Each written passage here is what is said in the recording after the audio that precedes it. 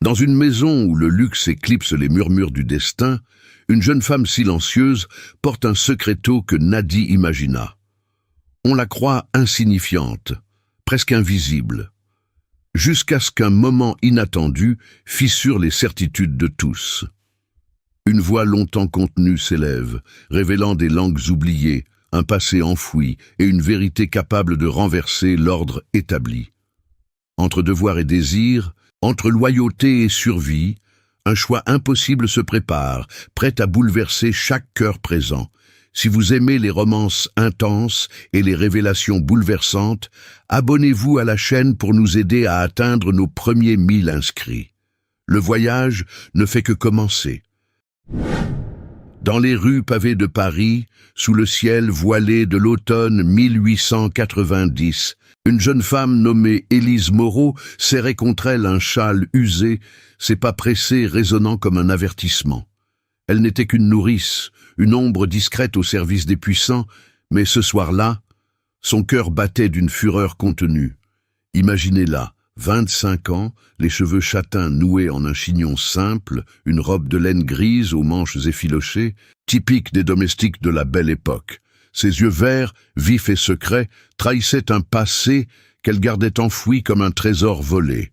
Élise avait fui un village provençal 10 ans plus tôt, emportant avec elle des langues apprises dans l'ombre d'un père marin, mort trop tôt. Turcs et Russes, murmures d'Orient et de lointaines steppes qu'elle n'avait jamais osé révéler. À quoi bon? Les riches la voyaient comme un meuble, utile mais muet. Ce fut lors d'un dîner chez le magnate Henri Duval, un industriel de la soie dont les usines illuminaient les quais de la Seine, que tout bascula. La maison, un hôtel particulier du faubourg Saint-Honoré, bourdonnait d'invités en habits de soirée, robes de taffetas chatoyantes pour les dames, redingotes impeccables pour les messieurs, tous parfumés à l'essence de rose et de vanille. Élise servait en silence, versant du vin de Bordeaux dans des verres de cristal, évitant les regards moqueurs. « Passe le sel, fille !» grogna un convive, un baron bedonnant, sans même lever les yeux. Elle obéit, les joues en feu, mais intérieurement une tempête grondait. Pourquoi tolérer cela? Son esprit revivait les nuits froides, où elle avait consolé l'enfant des Duval, un petit garçon nommé Louis, fiévreux et pleurnichard. Elle lui chantait des berceuses en russe, apaisant ses cauchemars, mais jamais en présence des maîtres. Henri Duval trônait en bout de table, quarantaine athlétique, moustache cirée et regard perçant d'un homme habitué à commander. À ses côtés, sa femme, la froide Marguerite, en velours vert émeraude, ornée de perles qui semblaient peser sur son âme. Les invités discutaient affaires, les routes de la soie, les tensions avec l'Empire ottoman, les rumeurs de guerre en Russie. Ces barbares d'Orient ne savent que comploter, ricana un invité, un diplomate aux favoris grisonnants. Élise, debout dans l'ombre d'une tenture de Damas, sentit ses poings se serrer. Elle connaissait ces barbares mieux que quiconque. Son père avait navigué jusqu'à Constantinople, lui enseignant les mots qui ouvraient des mondes interdits. Soudain, un hôte, un marchand russe expatrié nommé Ivan Petrov, s'exprima d'une voix rauque mélangeant français et patois slave. Il vantait un contrat juteux avec des fournisseurs turcs, mais butait sur les termes précis. « Ce damné argot ottoman me dépasse », admit-il frustré, tandis que les rires fusaient. Henri Duval fronça les sourcils, sentant l'affaire lui échapper. « Traducteur, nous en avons besoin ici et maintenant », ordonna-t-il, balayant la salle du regard.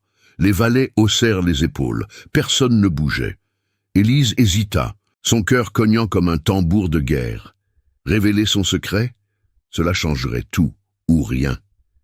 Les domestiques n'avaient pas voix au chapitre. On les traitait comme du vent, invisibles et jetables. Pourtant, un feu intérieur l'embrasa. Elle s'avança, la gorge serrée et d'une voix claire, inattendue, traduisit les mots de Petrov en turc fluide, puis en russe impeccable, expliquant les clauses du contrat avec une précision chirurgicale. Un silence de mort tomba sur la table, les fourchettes s'immobilisèrent, les yeux s'écarquillèrent.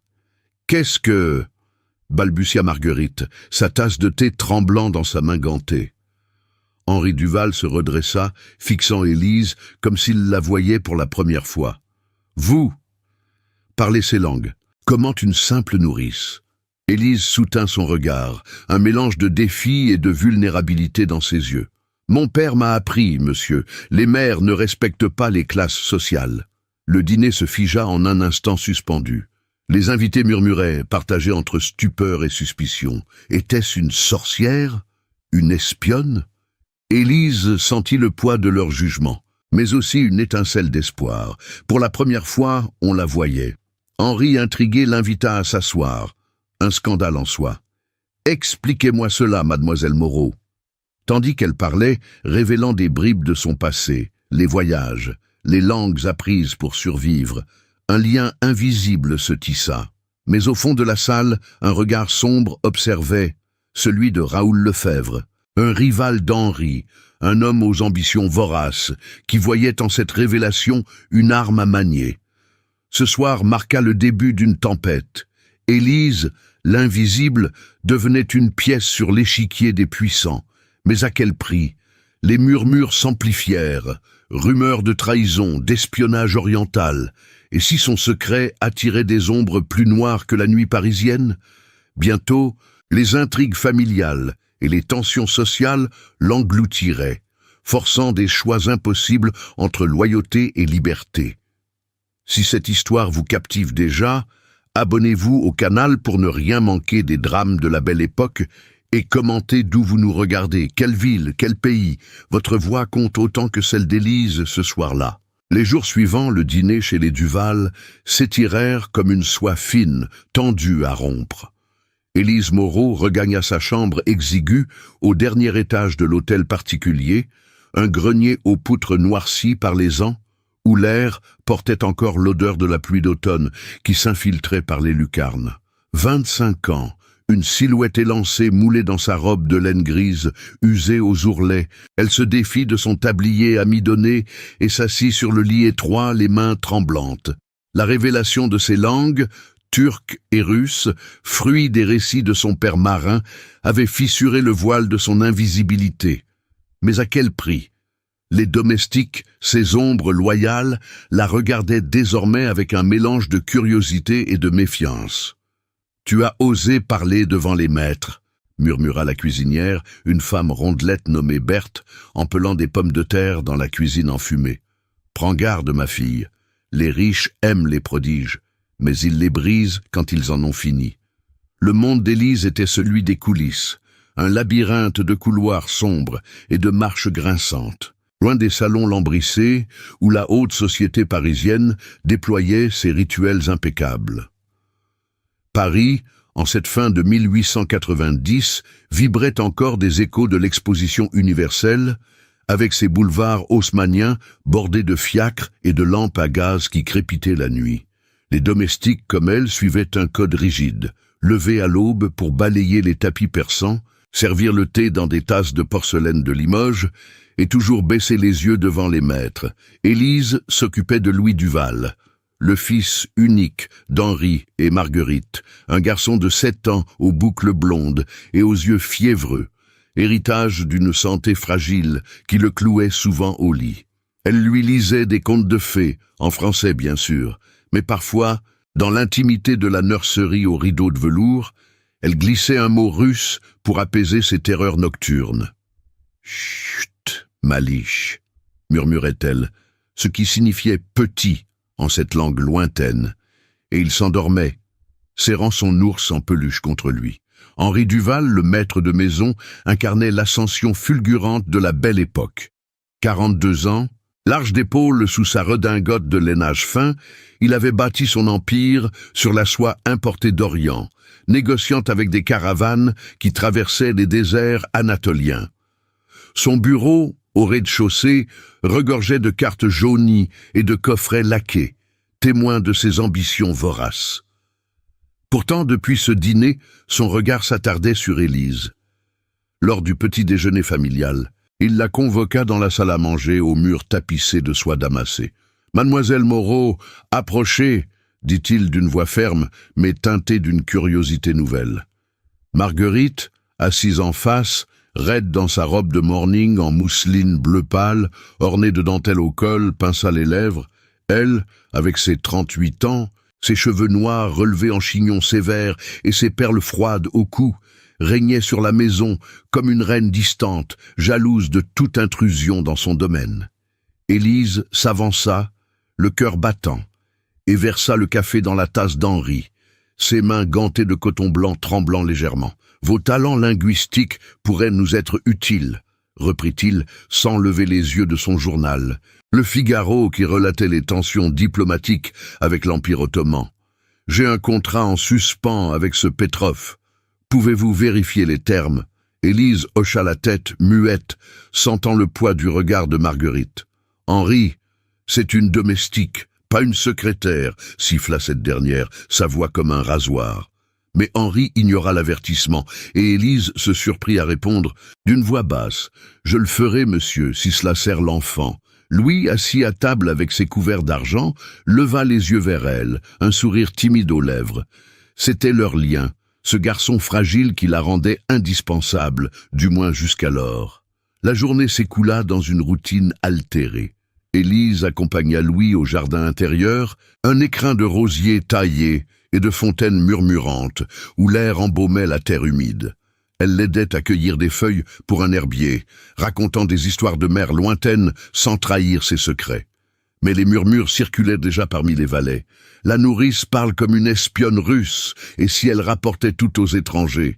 Berthe, en essuyant les verres dans la cuisine carrelée de faïence blanche, secoua la tête. Les Lefebvre, ces rivaux d'Henri, ont des oreilles partout. Raoul Lefebvre, ce renard aux moustaches fines, hante les salons pour ruiner Duval. Élise feignit l'indifférence, mais un frisson la traversa. Raoul, qu'elle avait aperçu ce soir-là, un homme de 50 ans, voûté par l'ambition, avec un monocle et un sourire carnassier, représentait les ombres de la haute finance. Au crépuscule, alors qu'elle bordait Louis dans son lit à baldaquin, un événement inquiétant brisa la quiétude.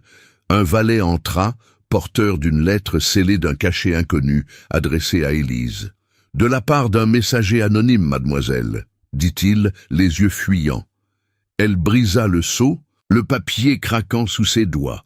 Les mots, tracés d'une encre noire, la glacèrent. « Vos langues attirent les ennuis. Gardez le silence, ou les Duval paieront. » Son sang se figea. Qui savait? Était-ce une menace de Raoul ou un écho de son passé provençal qu'elle croyait enterré? Dehors, la pluie recommença à marteler les vitres comme un présage. Élise serra la lettre contre elle, le doute s'insinuant comme un poison. La rupture approchait, invisible mais inexorable. Le soleil d'automne filtrait à travers les rideaux de dentelle de la nurserie, projetant des ombres tremblantes sur les jouets de bois sculptés éparpillés au sol. Élise Moreau plia la lettre menaçante d'une main ferme, la glissant sous son matelas comme un serpent endormi. La nuit avait été courte. Les mots anonymes, « Gardez le silence » ou les Duval paieront, hantaient ses rêves, mélangeant les échos de son passé provençal aux intrigues parisiennes. 25 ans, et déjà ce poids sur ses épaules élancées, moulé dans sa robe grise aux manches rapiécées. Elle secoua la tête, chassant les ombres, et se tourna vers Louis qui toussautait faiblement dans son lit à baldaquin. « Viens, mon petit, un peu d'air frais te fera du bien », murmura-t-elle, l'enveloppant dans une couverture de laine écossaise. La maison Duval s'éveillait dans un rituel bien huilé. Les valets astiquaient l'argenterie dans les couloirs au tapis perçant, étouffant les pas. La cuisinière Berthe allumait les fourneaux de la cuisine enfumée, où pendaient des oies plumées et des saucisses sèches. Henri Duval descendit les marches d'acajou, sa redingote noire impeccable, la moustache cirée luisant sous la lumière des appliques à gaz. Il traversa le vestibule pavé de marbre, où un portier en livrée annonça l'arrivée d'un visiteur inattendu. Ivan Petrov, le marchand russe, flanqué d'un assistant aux yeux fuyants. « Monsieur Duval, l'affaire presse », déclara Petrov d'une voix rocailleuse, son accent slave roulant comme un tonnerre lointain. Les termes du contrat avec les fournisseurs turcs exigent une clarification immédiate. Sans cela, les caravanes s'arrêtent aux frontières. Henri fronça les sourcils. son regard perçant balayant la salle d'attente au mur lambrissé de chêne. Marguerite, alertée par le bruit, apparut en haut de l'escalier, sa robe de matinée en soie ivoire, bruissant comme un avertissement. 38 ans, son chignon noir impeccable orné d'un peigne d'ivoire, elle descendit avec une grâce froide, les perles à son cou cliquetant légèrement. Henri, pas d'affaire avant le déjeuner. Et Seth, nourrice, l'avez-vous renvoyé après son impertinence siffla-t-elle, jetant un coup d'œil vers la nurserie. Henri ignora la pique, son esprit fixé sur les soieries d'Orient qui gonflèrent ses coffres. « Appelez Élise » ordonna-t-il au valet. « Ces langues nous sauveront peut-être cette fois. » Élise surgit, portant Louis dans ses bras, son châle usé noué autour des épaules. Le cœur battant, elle hésita sur le seuil de la salle d'attente, sentant les regards peser comme des chaînes. Petrov la toisa, surpris, tandis que son assistant murmurait quelque chose en russe bas. « Vous êtes la jeune femme du dîner » gronda Petrov, un sourire méfiant aux lèvres. « Parlez-vous vraiment notre idiome ? Prouvez-le. » Élise déglutit, posant Louis sur un fauteuil bas. La tentation de fuir la traversa, retourner à l'ombre des couloirs, invisible et sûre. Mais la menace de la lettre la rongeait. Le silence n'était plus une armure. « Oui, monsieur », répondit-elle d'une voix claire, quoique tremblante.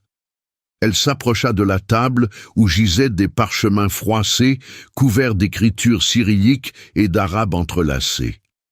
Les mots jaillirent alors, fluides et précis. En russe d'abord, elle décrypta les clauses sur les livraisons de soie brute, expliquant les délais imposés par les douanes ottomanes. Puis, passant au turc avec une aisance héritée des nuits d'enfance, elle traduisit les surcoûts cachés, révélant une arnaque subtile. Les fournisseurs gonflaient les prix sous couvert de taxes impériales. Petrov s'empourpra, claquant des mains. « Par le diable, c'est exact!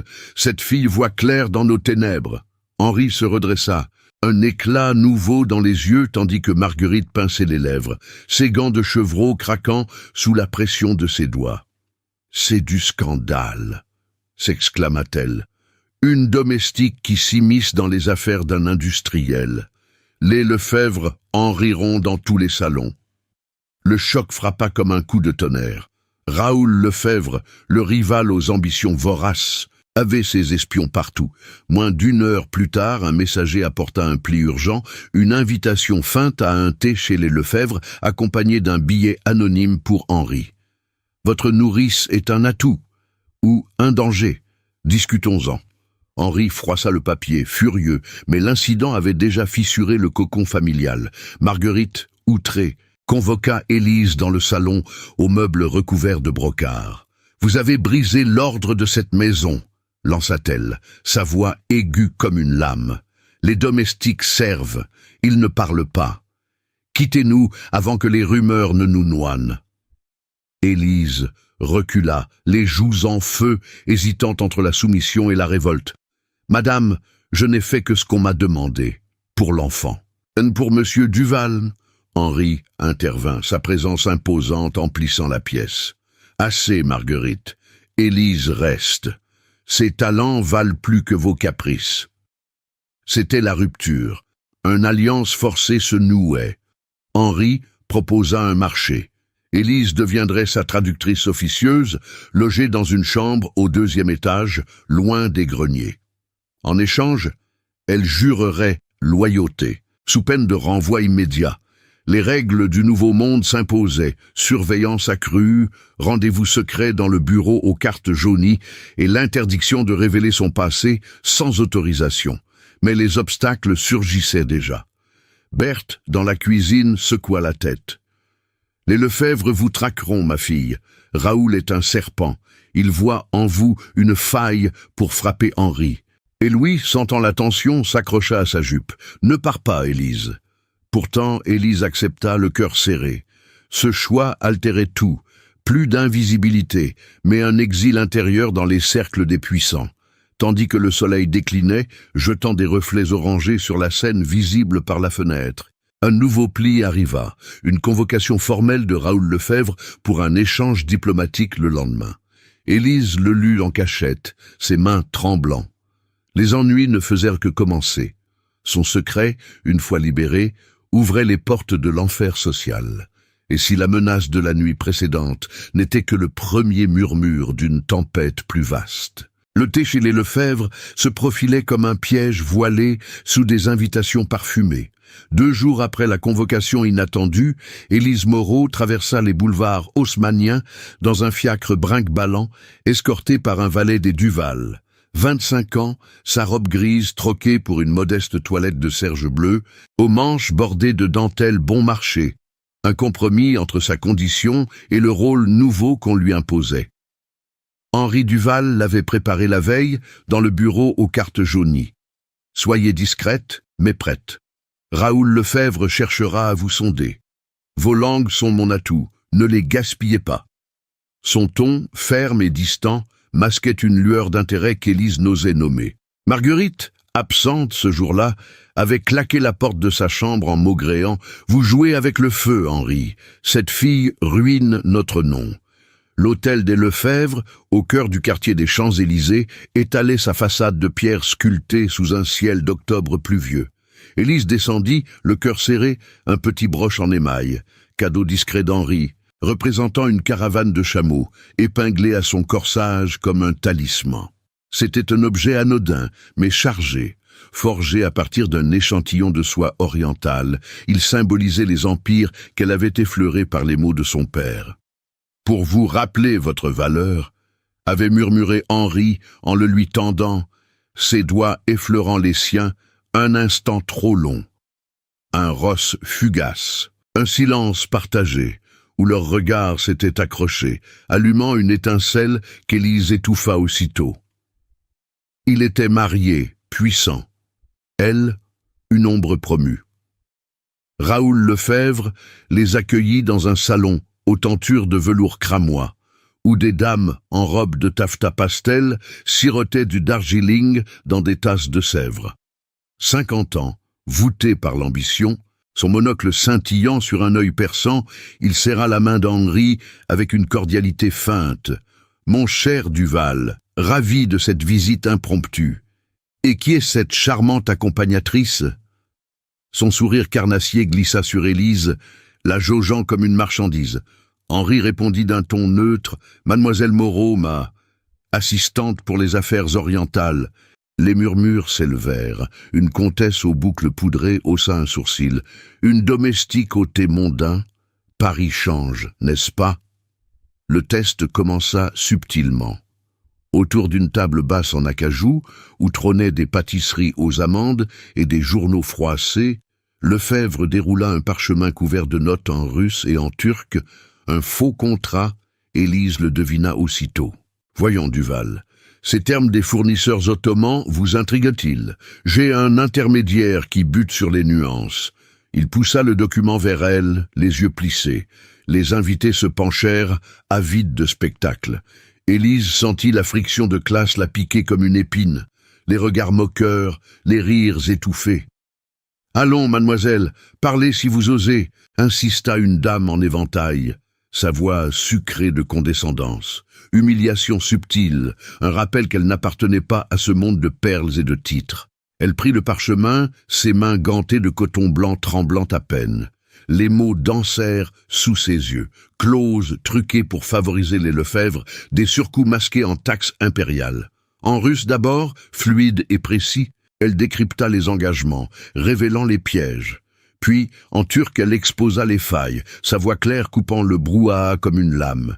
Ceci n'est pas un contrat loyal, messieurs. Les caravanes ottomanes exigent clarté ou les routes se ferment. Un silence stupéfait tomba. Lefebvre blêmit, son monocle glissant. Henri, assis en face, posa une main sur la table, un geste de défense minimale, protecteur. Leurs regards se croisèrent à nouveau, un éclat de fierté dans les yeux d'Henri, un merci muet dans ceux d'Élise. Un petit avancement émotionnel, un fil ténu se tissant entre eux au milieu du chaos. Mais les ombres s'allongeaient, Lefebvre se reprit, riant jaune, impressionnant pour une. « Nourrice, d'où viennent ces talents, mademoiselle? D'un harem secret ?» Les rires fusèrent, aigres, et Élise rougit, le broche pesant comme un fer rouge contre sa peau. L'objet, témoin de sa révélation, initiait son arc. Il la liait à Henri, mais attirait les soupçons. « Mon père, un marin, m'a enseigné », répondit-elle, la voix ferme malgré la tempête intérieure. Henri intervint, sa voix tonnante. « Assez, Raoul. Élise prouve sa valeur. C'est tout ce qui compte. » Une défense brève, mais qui fit taire l'assemblée. Pourtant, dans l'ombre d'une alcôve, un assistant de Lefebvre nota frénétiquement, observant pour son maître. Le thé s'acheva dans une tension palpable. Dehors, sous la pluie fine, Henri aida Élise à remonter en fiacre, son bras frôlant le sien, un autre rosse chargé de non-dits. « Vous avez été magistral », murmura-t-il, et pour la première fois son ton adouci, révélant un homme las des intrigues, cherchant une alliée. Élise hocha la tête, le cœur battant, mais le doute persistait. À leur retour, un valet remit un exemplaire du Gaulois, plié à une page intérieure, une note anonyme signée un observateur impartial. La nourrice des Duval parle langue d'espion. Scandale ou atout pour l'empire de la soie? Les mots noirs sautèrent aux yeux, une conséquence sociale visible semée par Lefebvre. Paris bruissait déjà, les salons en parleraient demain. Élise serra le journal contre elle, le broche scintillant faiblement. La menace du rival montait, et avec elle, un danger plus personnel, et si Henri, pour protéger son empire, la sacrifiait. Si cette première épreuve vous passionne, et que vous sentez l'étincelle entre Élise et Henri briller malgré les ombres, likez la vidéo pour soutenir ces drames envoûtants. La tempête ne fait que s'amplifier. La tempête s'était levée sans crier gare, un de ces orages d'automne qui fouettaient la Seine comme une bête enragée. Paris, enveloppé d'un manteau de pluie battante, semblait se replier sur lui-même, les boulevards haussmanniens luisant sous les lampes à gaz qui crachotaient dans le vent. L'hôtel particulier des Duval, avec ses volets clos et ses cheminées fumantes, devint un refuge forcé ce soir-là de 1890. Élise Moreau, trempée jusqu'aux os, après avoir couru depuis le jardin où elle avait abrité Louis, gravit les marches de service, sa robe de serge bleue collant à sa peau comme une seconde chair. 25 ans, ses cheveux châtains défaits cascadant sur ses épaules, elle serrait contre elle un vieux châle hérité de sa mère provençale, usé par les ans et les secrets. Henri Duval l'attendait dans le vestibule, son manteau dégoulinant encore de l'averse. 42 ans, sa redingote noire maculée de boue. Il avait lui-même escorté l'enfant à l'intérieur, refusant les valets pour une urgence qu'il ne nommait pas. Marguerite était absente, partie pour un concert à l'opéra avec des amis de la haute société, laissant la maison aux mains des domestiques et à ce lien naissant, ténu et dangereux. « Élise, venez !» dit-il d'une voix basse, urgente, en la guidant vers le bureau au rez-de-chaussée. Les portes se fermèrent derrière eux avec un claquement sourd, isolant le monde extérieur. La pièce, éclairée par une unique applique à gaz, exhalait l'odeur de cuir et d'encre. Ses murs tapissés de cartes jaunies d'Orient et de coffrets laqués, emplis de soieries. Louis, fiévreux et pâle, était déjà couché sur le divan de velours rouge, enveloppé dans une couverture. La tempête avait empiré sa toux, et Élise s'agenouilla aussitôt, posant une main fraîche sur son front. « Chut, mon petit !» murmura-t-elle en français, mais ses yeux trahissaient l'envie de glisser vers le Russe, ce baume secret. Henri s'assit en face, les coudes sur les genoux, observant la scène avec une intensité nouvelle.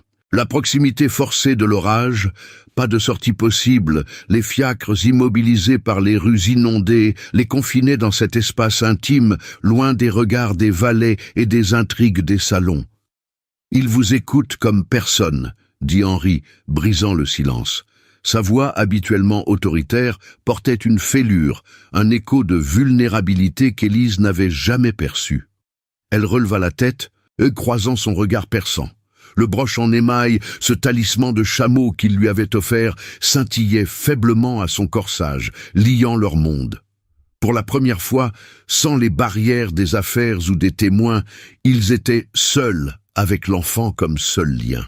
Élise prépara une tisane d'herbe dans un coin du bureau, ses gestes précis et apaisants, tandis que la pluie martelait les vitres comme un tambour incessant.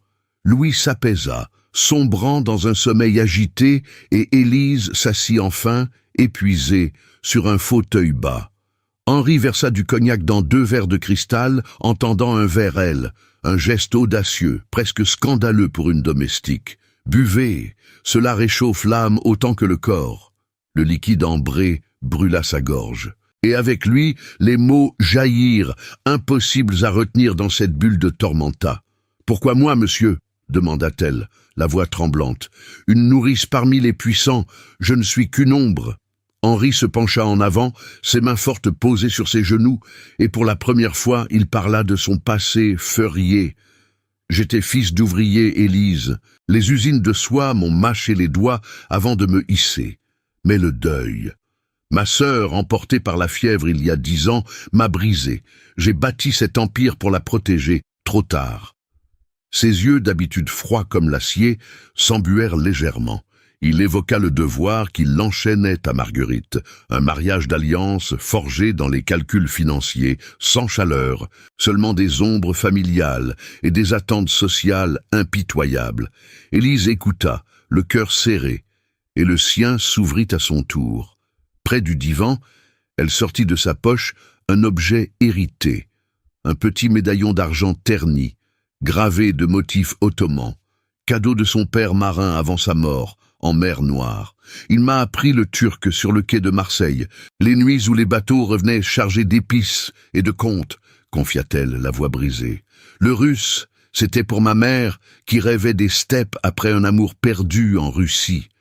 Mais la pauvreté nous a volé tout, le village, la maison, mon innocence. J'ai fui pour survivre, devenant invisible pour ne pas être brisé. Le médaillon, passé de main en main, devint l'encre de la scène. Il desnuda leur couche, révélant la culpa d'Henri pour son ambition vorace, le lutto d'Élise pour une famille éclatée, et le devoir qui les liait tous deux à des chaînes invisibles. Un silence complice s'installa, chargé d'une tension nouvelle.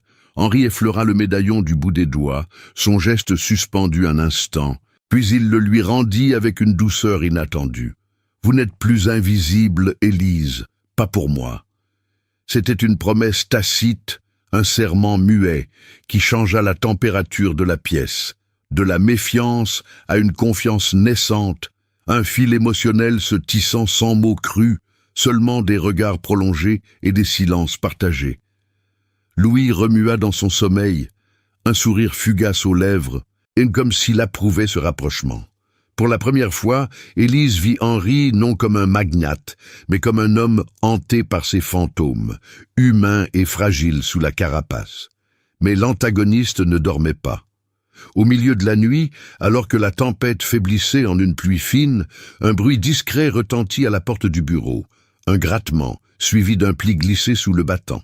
Henri se leva d'un bond, ramassant le papier avant qu'Élise ne puisse le voir. « Rien d'important », mentit-il, mais ses traits se durcirent. C'était un recadeau de Raoul Lefebvre, envoyé par un espion infiltré parmi les valets. Votre précieuse traductrice cache plus que des langues. Les Ottomans pètent bien pour des secrets. Demain à l'aube, où je révèle tout aux journaux. Le message, tracé d'une encre hâtive, portait l'odeur de trahison, un signal clair que Lefebvre bougeait dans les ombres, flairant la faiblesse naissante d'Henri. Élise, sentant le changement, posa une main sur son bras, un geste osé, réciproque. « Quoi qu'il arrive, je suis là », murmura-t-elle. Henri hocha la tête, rangeant le pli dans sa poche, mais la marée émotionnelle retomba d'un cran. La confiance, renforcée, portait désormais le poids d'une menace imminente. Dehors, la pluie cessa, laissant place à un silence oppressant. Au lever du jour, un messager frappa à la porte principale. Une lettre officielle des Lefebvre, convocation à une réunion diplomatique sous couvert d'affaires, mais Élise savait c'était le début d'une chasse plus vicieuse. Son passé, une fois effleuré, attirait les prédateurs, et le lien avec Henri risquait de tout engloutir. La tourmenta avait rapproché leurs âmes, mais l'aube apportait l'ombre d'une séparation forcée. L'aube se levait sur Paris comme une lame froide, filtrant à travers les volets mi-clos de l'hôtel particulier des Duval. Élise Moreau se réveilla en sursaut dans sa nouvelle chambre au 2e étage. Un espace modeste mais loin du grenier. Un lit de bois poli, une commode en chêne et une fenêtre donnant sur les toits humides de la Seine. 25 ans. Encore enveloppée dans sa chemise de nuit de coton fin, elle revivait la nuit de tempête. Les confidences murmurées, le médaillon passé de main en main, ce lien naissant avec Henri qui la terrifiait autant qu'il l'enivrait. Mais le pli glissé sous la porte hantait ses pensées. Raoul Lefebvre avançait, son ombre s'allongeait, prête à frapper. Henri Duval, dans son bureau au rez-de-chaussée, froissait le message entre ses doigts, calleux. 42 ans, sa chemise blanche ouverte sur un torse marqué par des années d'usine, il arpentait la pièce aux cartes jaunies, la moustache frémissante de rage contenue. « Les Ottomans pètent bien pour des secrets », avait écrit Lefebvre. Une accusation voilée, une menace de sabotage qui visait non seulement Élise, mais son empire de soi. Les caravanes attendaient aux frontières. Un scandale pouvait tout ruiner. Il convoqua Élise avant le petit déjeuner, sa voix résonnant dans le couloir désert. « Venez, immédiatement !» Elle descendit, nouant son châle usé autour de sa robe de serge bleue, le broche en émail des chameaux épinglé comme un bouclier. Louis dormait encore, sa toux apaisée par la nuit, mais la maison bruissait déjà d'une tension palpable. Les valets évitaient son regard. Berthe, dans la cuisine, pelait des légumes en silence, ses yeux fuyants. « Prends garde, ma fille », avait-elle murmuré la veille. « Les serpents mordent quand on s'approche trop. » Élise entra dans le bureau, le cœur battant. Henri lui tendit le pli, ses yeux perçant les siens. « Lisez, Lefebvre sait pour votre passé. Il prétend que vous êtes une espionne ottomane, payée pour saboter mes contrats. » Les mots la glacèrent. « Ce n'est pas vrai, balbutia-t-elle, la voix tremblante. Mon père. C'était pour survivre, pas pour trahir. » Henri hocha la tête, mais une fêlure de doute traversa son regard. Une brèche dans la confiance naissante.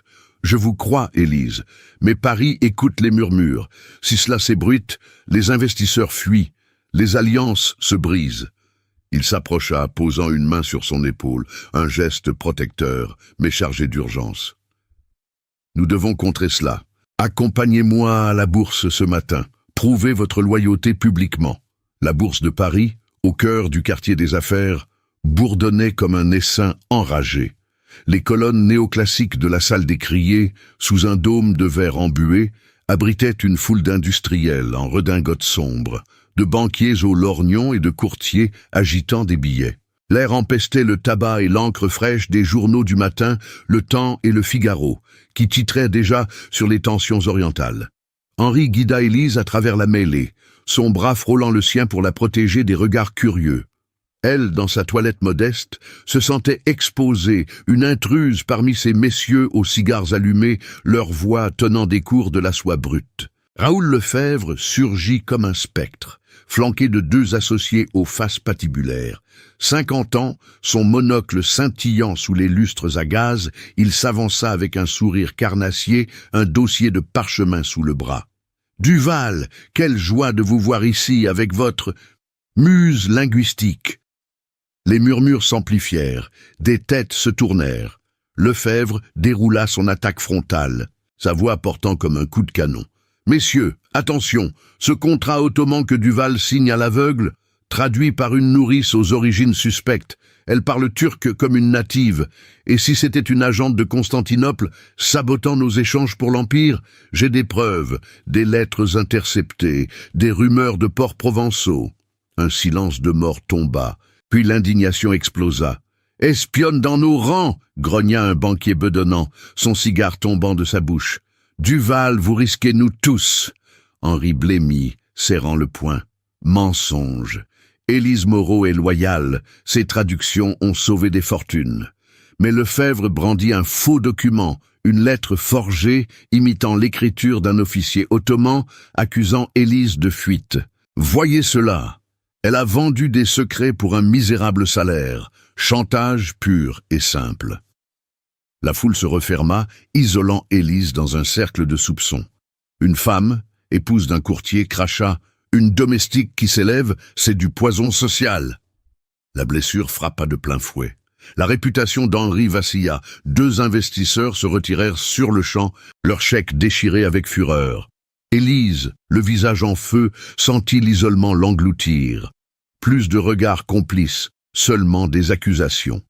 « Dites-leur » implora-t-elle à Henri, mais il hésita, le doute semé par Lefebvre creusant un fossé. « Pas ici » murmura-t-il, l'attirant vers la sortie. Dehors, sous un ciel bas, la rupture s'opéra. « Rentrez à la maison » ordonna-t-il d'une voix brisée. « Je dois gérer cela seul, votre présence complique tout. » C'était l'exil émotionnel, le lien de la tempête, si frais, se fissurait sous le poids public. Le soir venu, la maison Duval devint un tombeau. Marguerite, revenue de son concert, tempêtait dans le salon aux meubles de brocart. « Je l'avais dit, cette fille attire la ruine. Renvoyez-la avant que les Lefebvre ne nous dévorent. » Henri, assis dans son bureau, vida un verre de cognac, les yeux hantés. Élise, confinée dans sa chambre, entendit les valets murmurer « Elle est finie ». Les maîtres la jettent comme un chiffon. Berthe glissa un mot sous sa porte. « Fuis, ma fille, c'est sans retour ». Le moment décisif arriva à minuit. Henri entra, refermant la porte. « Élise, je ne peux plus vous protéger ainsi. Lefebvre a gagné cette manche. Il menace un procès pour trahison. Si vous restez, nous tombons tous. » Les larmes montèrent, mais elle se redressa, le médaillon serré dans sa paume. « Alors, je pars. Mais sachez que je n'ai jamais trahi. » Il tendit la main, un geste suspendu, puis la retira, la confiance brisée comme du cristal. « Adieu » souffla-t-il, tournant les talons. Élise fit ses maigres bagages sous la lune pâle, le broche des chameaux pesant comme un reproche. Dehors, un fiacre l'attendait, emmenant l'invisible vers un exil forcé. Les rues froides de Paris, loin de l'enfant, loin de lui. Mais au fond du nombre, Lefebvre observait son triomphe incomplet. Et si Élise, blessée, revenait plus forte? L'ultimatum social planait, soumission ou révolte, et le choix la consumait déjà. Les jours suivants, l'exil forcé d'Élise Moreau s'étirèrent en un brouillard de misère parisienne. 25 ans, logée dans une mansarde étroite du quartier de Montmartre, elle survivait de menus travaux. Lessive pour des bourgeois, couture à domicile sous la lueur vacillante d'une bougie. Sa robe de serge bleue, rapiécée aux genoux, pendait comme un deuil sur sa silhouette élancée.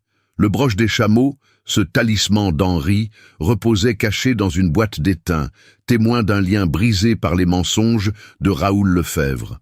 Louis lui manquait, ce petit garçon aux boucles blondes dont elle avait bercé les fièvres. Henri, avec son regard perçant voilé de regret, hantait ses nuits. Mais la rage couvait, un feu lent qui la consumait. Un matin pluvieux de novembre 1890, alors qu'elle foulait les pavés glissants du boulevard Rochechouart, un messager l'aborda. Un valet aux traits familiers, envoyé par Berthe la cuisinière. « Mademoiselle, un paquet pour vous, de la maison Duval. Madame est partie en cure à Vichy. Le maître. Il lutte seul. » Élise accepta le ballot, le cœur serré. De retour dans sa chambre aux murs suintants, elle défit le tissu, des vêtements usés, un peu d'argent, et surtout un journal relié de cuir noir, le carnet personnel d'Henri, glissé par mégarde ou par dessin. Les pages, couvertes d'une écriture ferme, révélèrent la vérité structurale, un complot ourdi dans l'ombre des empires de soi. Henri y confessait tout. Lefebvre n'est pas un rival honnête. Depuis 10 ans, il manipule les dettes de mon père, un ouvrier ruiné par des prêts usuraires. J'ai épousé Marguerite pour rembourser cela. Un mariage de chaîne, pas d'amour. Mais Raoul tient les cordons. Faux contrats, sabotages aux usines, et maintenant il utilise Élise comme levier. Ses preuves, forgées par un faussaire de ses valets. J'ai trouvé le livre Kesha dans son bureau abandonné, des entrées truquées montrant qu'il détourne mes caravanes ottomanes vers ses entrepôts. Les mots sautaient aux yeux, accompagnés d'un portrait jauni, Henri jeune, aux côtés d'une sœur disparue, et une lettre de Lefebvre datée de 5 ans. Ton silence pour mon silence, Duval. Où ta famille paie. Élise sentit une indignation monter, un pic d'outrage pur contre ce serpent. Comment osait-il trahir non seulement Henri, mais piétiner des vies entières pour gonfler ses coffres? Ses mains tremblèrent sur le journal. Le passé d'Henri n'était pas de la froideur, mais une culpa écrasante. Le devoir familial l'avait mué en statue, jusqu'à ce que ses confidences dans la tempête fissurent la carapace. Il n'était pas distant par mépris, murmura-t-elle pour elle-même, mais par peur de tout perdre. Ce recadrage illumina leurs liens, de la méfiance à une alliance forgée dans la vulnérabilité, une confiance qui surpassait toute passion fugace. Le pic d'espoir surgit comme un rayon. Élise relut l'épreuve, le livre Quexa avec ses colonnes de chiffres falsifiés, la lettre, sceau brisé révélant des complicités avec des diplomates corrompus, un témoignage esquissé, nom d'un valet repentant prêt à parler. Elle n'hésiterait plus. Prenant une feuille de papier bon marché, elle rédigea une lettre ouverte, destinée aux journaux influents, Le Figaro, Le Temps. Paris doit savoir, Raoul Lefebvre, pilier de la finance, est un manipulateur. Ses dettes truquées ruinent des empires honnêtes.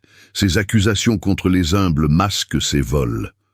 Elle joignit des extraits du journal, anonymisés mais accablants, et scella l'enveloppe d'un cachet improvisé.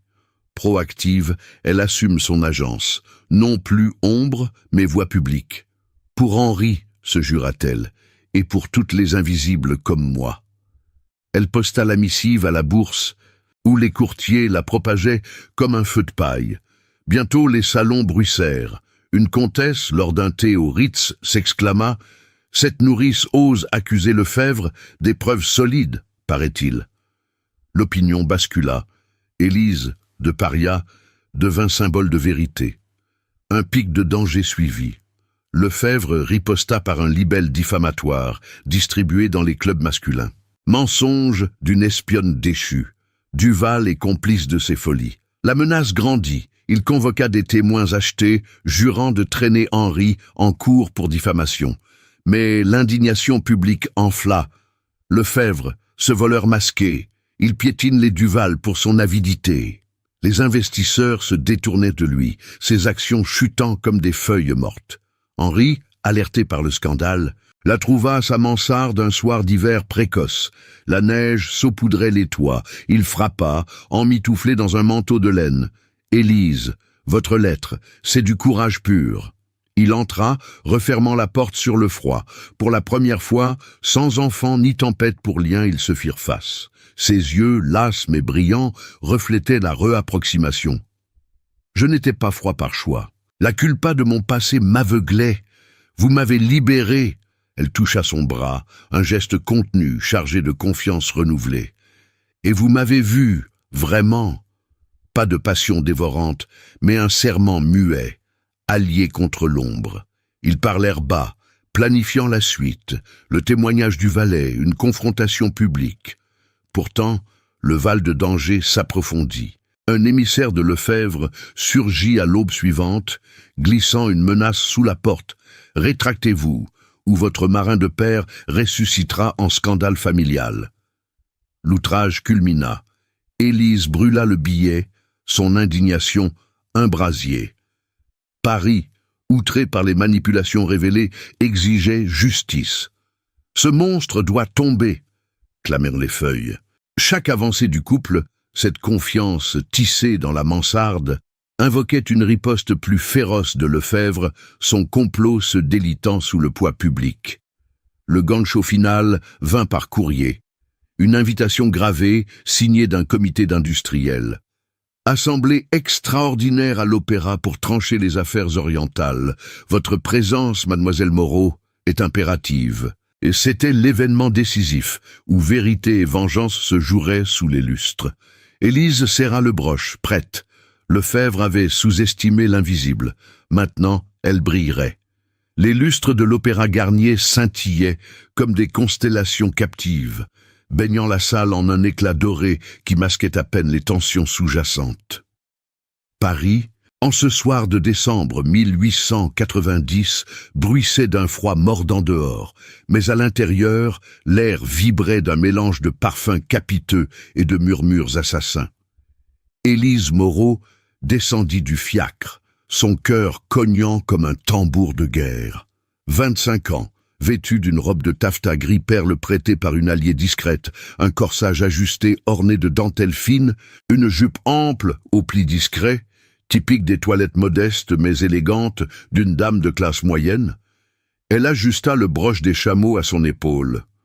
Henri Duval l'escortait, 42 ans, sa redingote noire impeccable, soulignant sa stature imposante, la moustache cirée, masquant à peine la détermination farouche dans ses yeux. L'assemblée extraordinaire, convoquée par un comité d'industriels, remplissait les loges et les fauteuils de velours rouge, des banquiers en queue de pie, des diplomates aux décorations cliquetantes, des dames en robes de soie chatoyantes, toutes plumes et perles, formaient un parterre où les alliances se nouaient ou se brisaient en un clin d'œil. Raoul Lefebvre trônait au premier rang, 50 ans. Son monocle, luisant comme une lame, flanqué d'associés au sourire figé. Il avait transformé ce gala en tribunal improvisé, sous couvert d'une représentation de Faust, pour exposer son sabotage final. Ce soir, Duval et sa catin linguistique tomberont, avait-il sifflé à un valet complice, son dossier de faux témoignages gonflé comme un ballon prêt à éclater. Élise et Henri prirent place dans une loge latérale, isolée par les rideaux de Damas. Les lumières baissèrent pour l'entr'acte, mais le véritable drame se jouait dans les couloirs et les salons adjacents, où le comité avait installé une estrade pour discuter affaires orientales. Lefebvre s'avança le premier, sa voix tonnante couvrant le brouhaha. « Messieurs, mesdames, l'empire de la soie est menacé. » Duval signe des contrats truqués, traduits par une espionne ottomane. Élise Moreau, cette nourrice aux langues de serpent. Il brandit un dossier épais, lettres falsifiées et témoignages achetés, lus à voix haute. Une confession d'un marin provençal, prétendant qu'Élise avait vendu des secrets à Constantinople pour un sac de pièces. Voyez ces preuves. Elle a saboté les caravanes pour Lefebvre. Non, attendez, pour les Ottomans, Duval est complice ou dupe, la ruine nous guette. Un tollé s'éleva, des exclamations fusant comme des coups de feu. « Trahison !» cria un industriel bedonnant, son cigare tremblant. « Expulsion immédiate !» renchérit une comtesse, son éventail claquant comme un fouet. Élise sentit le poids des regards, une humiliation publique qui la clouait sur place. Son passé de misère exposé comme une plaie ouverte. Henri se raidit à ses côtés, son poing serré sur l'accoudoir, mais il attendit, suivant leur stratégie ourdie dans la mansarde enneigée. Lefebvre savourait son triomphe, avançant une témoin achetée, une lavandière aux yeux fuyants, jurant avoir vu Élise en compagnie d'agents russes. « Elle parle turc comme une janissaire, empoignez-la !» Le pic d'indignation culmina, la foule se dressant en un mur de soupçons. Mais Élise se leva, la voix claire malgré le tremblement intérieur. « Messieurs, mesdames, écoutez !» Les têtes pivotèrent, un silence tendu tomba. Elle sortit le journal relié de cuir, prêté par Henri, et le livre qu'Exa falsifié, arraché au bureau de Lefebvre par le valet repentant. Ces preuves sont des mensonges. Voyez plutôt les comptes truqués de M. Lefebvre qui détournent les caravanes depuis 10 ans. Cette lettre de sa main avoue les dettes usuraires imposées au père de M. Duval. Et ce témoignage, elle fit signe. Le valet, un jeune homme aux traits pâles, s'avança depuis l'ombre. La voix ferme malgré la peur. « J'ai vu Lefebvre forger ses documents. Il paie pour le silence, ruine pour l'or. Élise est innocente. C'est lui, le serpent. » Henri se joignit à elle, sa présence imposante renforçant le contre-attaque. « Paris, jugé par les faits. Lefebvre m'a enchaîné par des dettes familiales, forgé un mariage sans amour pour son profit. Élise a révélé la vérité, non sabotée. Ses langues sauves ne trahissent pas. » Il déroula les parchemins, lisant les entrées falsifiées à voix haute, chaque mot un coup de marteau. La foule oscilla. Des murmures devinrent des exclamations outrées. « Voleur !» hurla un banquier, arrachant le dossier des mains de Lefebvre. « Manipulateur !» renchérit une dame, son éventail pointé comme une arme. Le comité, composé d'hommes intègres, examina les preuves sur le champ. Sceaux brisés, écritures irrégulières, tout concordait. Lefebvre blêmit, son monocle tombant au sol avec un tintement cristallin. « Calomnie, c'est un complot Duval !» balbutia-t-il, mais la marée avait tourné. Des investisseurs se levèrent, claquant des portes virtuelles, plus un sou pour Lefebvre. L'humiliation publique le frappa comme un raz-de-marée. On le traîna vers la sortie par des mains indignées, son empire vacillant sous les huées. Élise, de l'humilier au centre du respect, vit les regards changer. Admiration dans les yeux des dames, hochement approbateur des messieurs. « Brave fille !» murmura une comtesse, serrant son bras. La communauté la re-encadra, non plus ombre, mais héroïne, symbole de vérité contre l'avidité. Le pic d'euphoria explosa en une vague cathartique. Applaudissements tonitruants, toasts improvisés à Élise et Henri. « Victoire pour l'honnêteté !» cria le président du comité, levant son verre de champagne. Henri se tourna vers elle, un sourire rare illuminant son visage, sa main effleurant la sienne dans l'ombre de la loge, un geste discret mais chargé de sens. « Vous avez tout changé ?» murmura-t-il, ses yeux brillants de gratitude et de quelque chose de plus profond. Élise hocha la tête, le broche des chameaux tiède contre sa peau, le médaillon dans sa poche, un rappel de leur humanité partagée.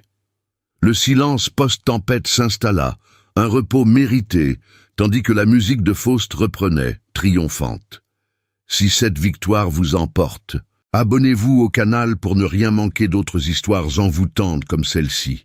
Pourtant, dans ce calme retrouvé, un engagement intime tacite se noua. Leurs doigts s'entrelacèrent brièvement, un serment muet de futur, loin des chaînes du passé. Mais dehors, Paris attendait. Et si Lefebvre brisé ourdissait une revanche finale. Les jours suivants, l'humiliation publique de Raoul Lefebvre à l'Opéra Garnier s'écoulèrent comme un fleuve apaisé après la crue. Paris, en ce hiver 1890, enveloppé d'un manteau de givre qui craquait sous les fiacres, bruissait encore des échos du scandale. Les journaux, du Figaro au Temps, titraient en gros caractères « Le serpent de la finance démasqué ». Lefebvre, exilé par ses propres mensonges. Élise Moreau, de retour dans l'hôtel particulier des Duval, foulait les couloirs lambrissés avec une assurance nouvelle. 25 ans, sa silhouette élancée, drapée dans une robe de laine bleue, nuit aux manches bordées de guipures fines, un cadeau d'une comtesse reconnaissante, elle n'était plus l'ombre discrète. Le broche des chameaux scintillait à son corsage, symbole d'un passé transfiguré. Henri Duval avait agi vite.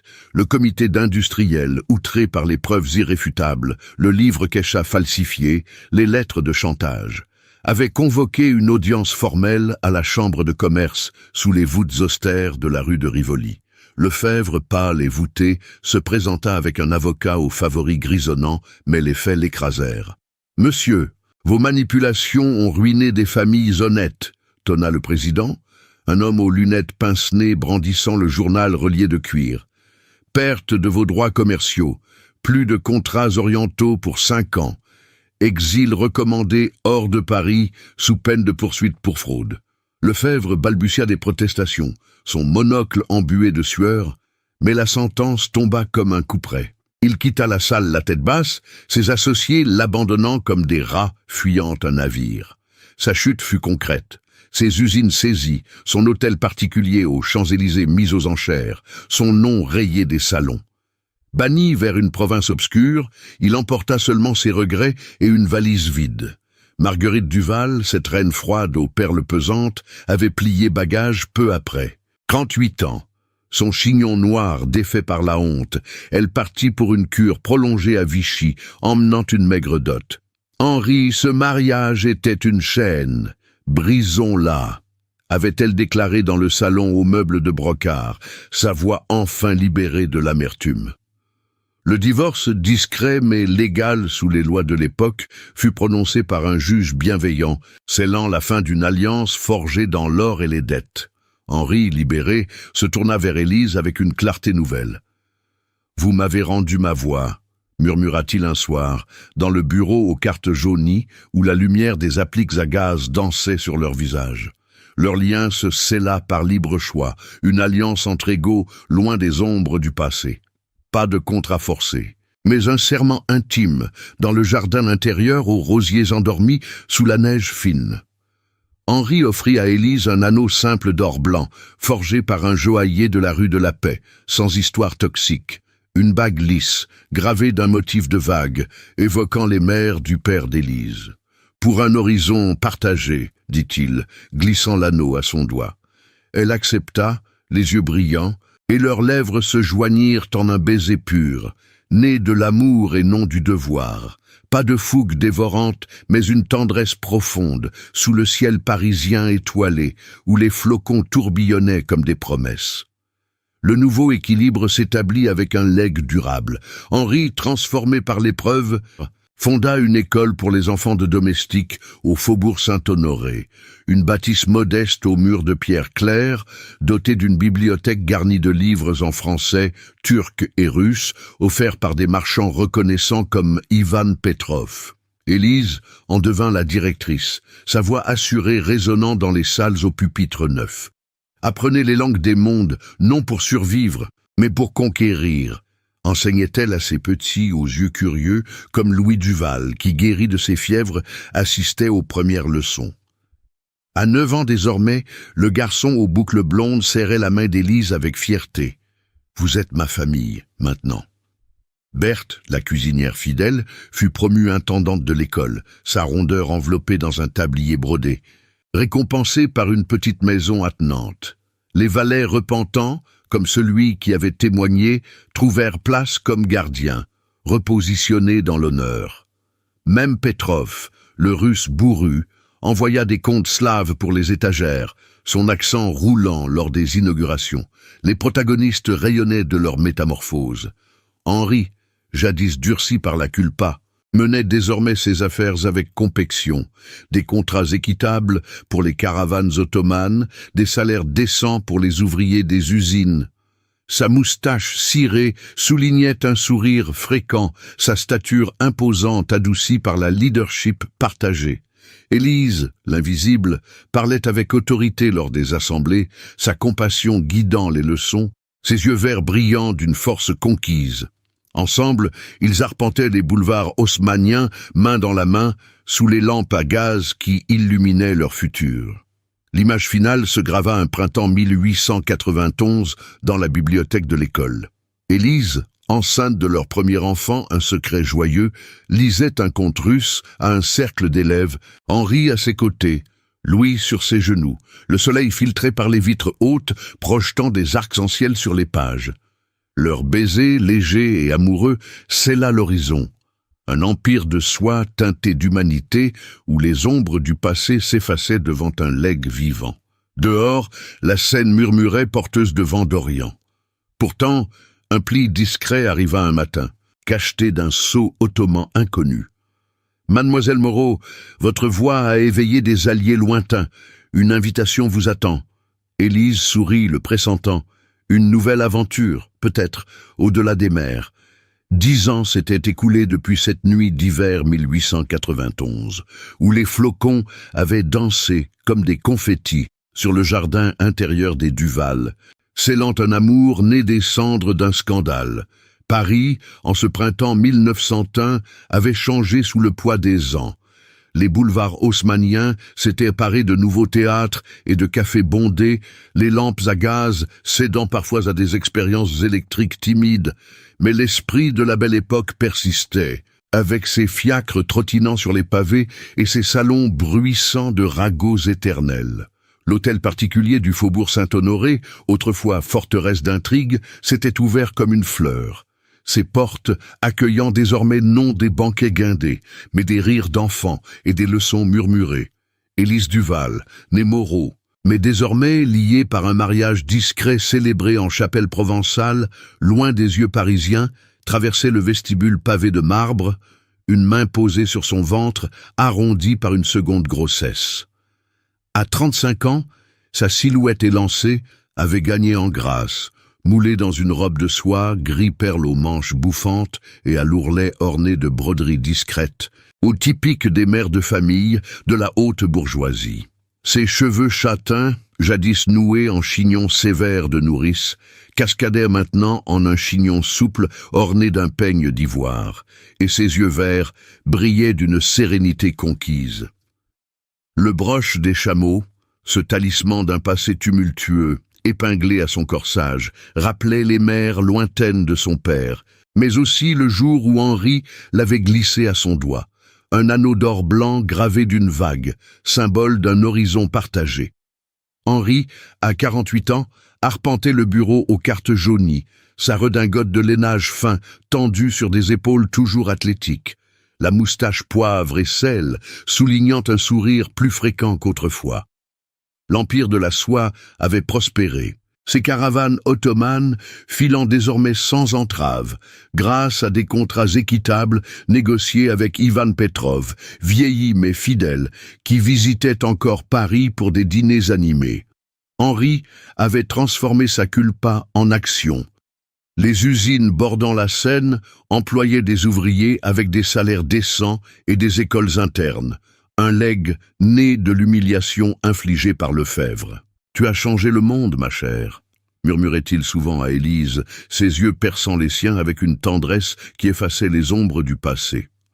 Leur amour avait résisté au temps comme une soie fine tissée dans l'adversité.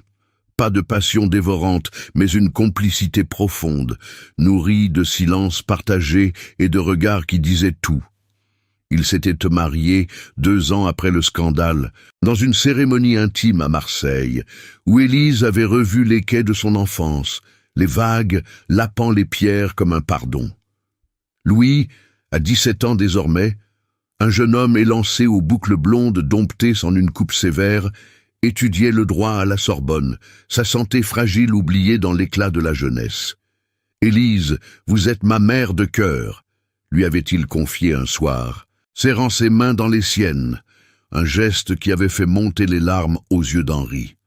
Le garçon avait grandi, entouré d'amour, loin des fièvres et des intrigues, et il appelait Élise « maman », avec une fierté qui guérissait toutes les blessures. Leur premier enfant, une fille nommée Sophie, en hommage à la sœur disparue d'Henri, avait 7 ans. Une petite aux yeux verts comme sa mère, aux cheveux châtains noués en natte, elle courait dans le jardin intérieur, ramassant des pétales de rosier pour un herbier improvisé. « Papa, raconte-moi les caravanes !» implorait-elle, grimpant sur les genoux d'Henri, qui inventait des contes mêlant turc et russe, langue que Sophie apprenait déjà sous le tutorat patient d'Élise. La famille s'était agrandie d'un fils, Antoine, âgé de 4 ans. Un bambin potelé aux boucles folles qui trottinait derrière sa sœur en babillant des mots slaves appris aux genoux de sa nourrice. Non plus Élise, mais une jeune provençale nommée Lucie, promue de l'école qu'ils avaient fondée. Cette école, cœur battant de leur legs, prospérait au faubourg Saint-Honoré.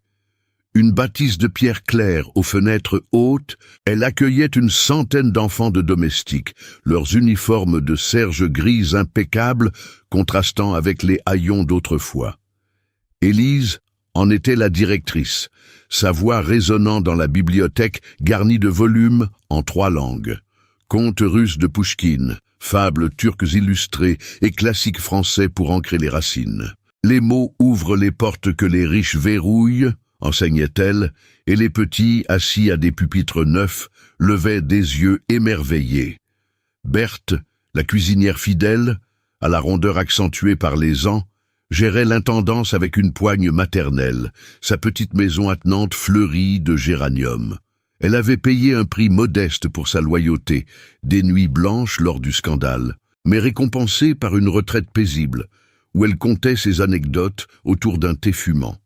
Raoul Lefebvre, lui, avait payé le plus lourd tribut. Exilé en province, dans une masure grise de Lyon, il végétait à 60 ans, voûté et amer, son monocle poussiéreux sur une table bancale, ses usines saisies, ses associés disparus, il survivait de rentes misérables, hanté par les journaux qui le nommaient encore le serpent déchu. Un valet repentant, devenu gardien de l'école, avait murmuré un jour à Élise « Il mendie des faveurs dans les bistrots, seul avec ses regrets ».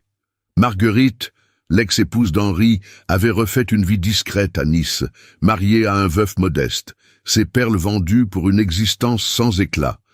Elle écrivait parfois des lettres polies, reconnaissant la liberté gagnée, mais le prix de son orgueil froid l'avait isolée, loin des salons qu'elle chérissait. Ce jour-là, sous un soleil tiède filtrant par les vitres de la bibliothèque, Élise guida Sophie et Antoine vers le jardin où Henri les attendait, un pique-nique étalé sur une nappe à carreaux. Louis arriva en fiacre, son cartable sous le bras, et la famille se réunit en un cercle intime, riant de souvenirs. La tempête qui les avait rapprochés, le triomphe à l'opéra, les langues qui avaient défait un empire de mensonges. « Sans toi, Élise, nous serions encore enchaînés », dit Henri, prenant sa main, l'anneau d'or blanc tiède contre sa peau. Elle sourit, une nostalgie douce l'envahissant, comme un parfum d'Orient porté par le vent. Leur amour, testé par les ans, fleurissait en un legs vivant, une famille unie, une école qui illuminait des vies oubliées, un Paris un peu plus juste. Dehors, la Seine murmurait toujours, porteuse de rêves inachevés. Sophie, cueillant une rose, demanda « Maman, et si on voyageait en Russie un jour ?» Élise rit, serrant son ventre où grandissait un troisième enfant. « Bientôt, ma chérie. Les mères nous attendent. » Henri hocha la tête, son regard sur elle chargé d'une promesse éternelle. La belle époque s'estompait, mais leur histoire, gravée dans le temps, perdurait comme une soie indestructible. Et voilà, chers amis, que notre voyage à travers les ombres et les lumières de la belle époque s'achève sur une note triomphante, comme un final d'opéra où la vertu l'emporte sur l'intrigue.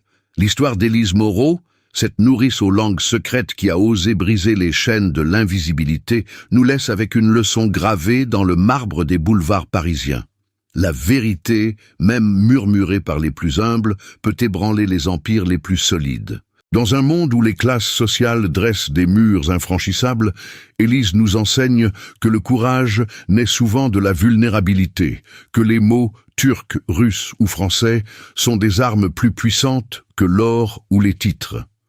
Et Henri Duval, il incarne la rédemption d'un homme piégé par son passé, prouvant que l'amour véritable n'est pas une alliance forcée, mais un choix libre, tissé de confiance et de pardon. Pensez-y. Combien de fois avons-nous, comme Élise, nous sommes sentis invisibles, relégués aux coulisses de nos propres vies? Cette saga nous rappelle que chaque secret enfoui est une étincelle prête à enflammer le destin. Raoul Lefebvre, ce serpent déchu, paie le prix de son avidité, exilé dans l'oubli, tandis qu'Élise et Henri bâtissent un legs durable, une école où les enfants des ombres apprennent à rêver grand.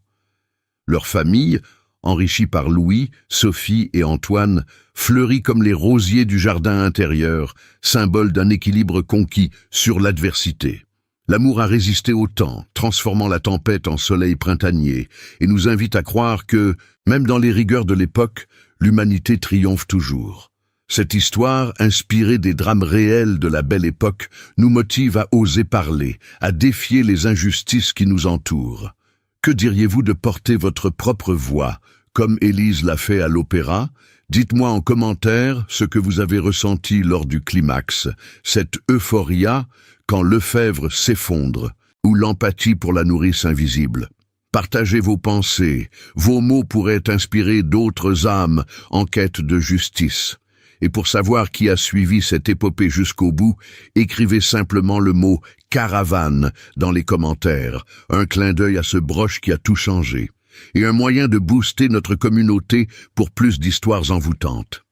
Si cette narration vous a captivé, comme un feu de cheminée par une nuit d'hiver, n'oubliez pas de liker pour honorer Élise, de vous abonner pour ne rater aucune autre saga historique pleine de rebondissements émotionnels.